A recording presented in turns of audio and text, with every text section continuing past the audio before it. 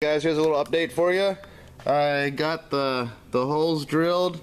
These are just these are still as pilot holes as of right now.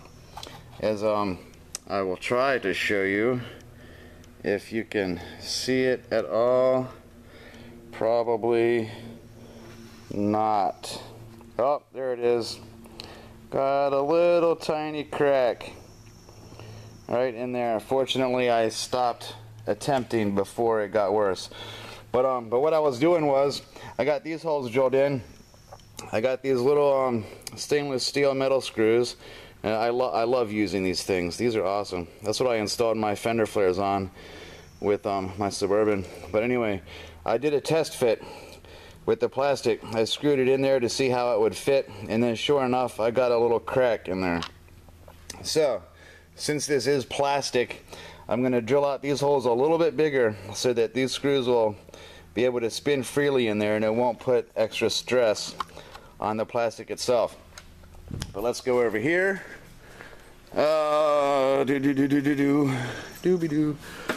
And I got my holes drilled. Can you see it? Yeah, there's one. With these holes, these should be just about the right size. I mean, these are kind of self-tapping screws. So these holes should do fine for the metal. Should be a nice snug fit in there. As you can see, I can get it finger tight just a little bit, and I can't turn it anymore by hand alone. But what I did was I stuck some masking tape around the area that I wanted to drill out. And you know, like I mentioned earlier, it keeps the paint from chipping all around the hole itself. So what I did was I stuck that little vent scoop thing up in here. I got it in position, and I used a center punch on the tape to mark off the holes where to go. Can't see it. So I got a hole there in the center, and then I got the holes marked out. So yeah, what I did, well, yeah, like I said, I put a piece of masking tape over the spot where the hole was supposed to go.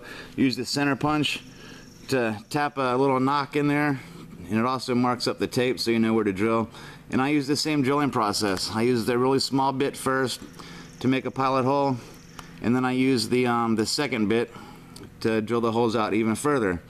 But first off, I had to wash this. I had to clean it off because it is pretty dirty. I mean, you can see how dirty that is. Kinda, that section there in the center was just as bad.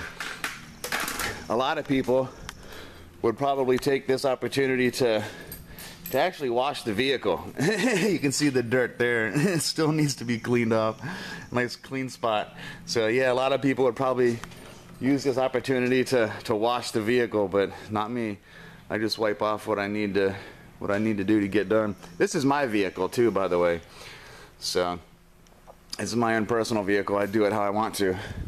So yeah, that's what I'm gonna do. I'm about ready to so I found some larger bits. I'm going to drill out these holes a little bit bigger so the screws won't crack the plastic, and then I will screw it into place.